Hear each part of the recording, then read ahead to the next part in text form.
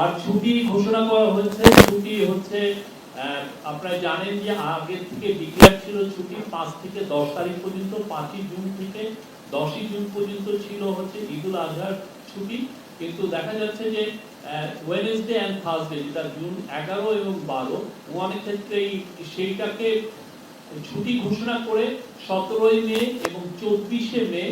এই দুইটা দিন, দুইটা স্যাটারডে সরকারি কর্মচারীরা বা যেগুলো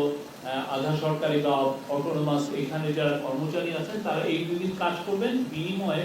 এই 11 এবং 12 তারিখে এই ছুটিটা মোট 10 দিন ছুটি, যার ফলে যেটা 11-12 হওয়াতে আপনার 13-14 তারিখ উইকেন্ড, তাহলে মোট ঈদুল আজহার ছুটি হবে 10 দিন। আর এই ক্ষেত্রে ব্যাংক কোম্পানিগুলো যেহেতু তাদের ব্যাংক কোম্পানি এক দিয়ে চলেন, ব্যাংক কোম্পানি তাদের মতো করে ডিক্লেয়ার করবেন, প্রাইভেট কোম্পানিগুলো তাদের মতো করে ছুটি ঘোষণা করবে।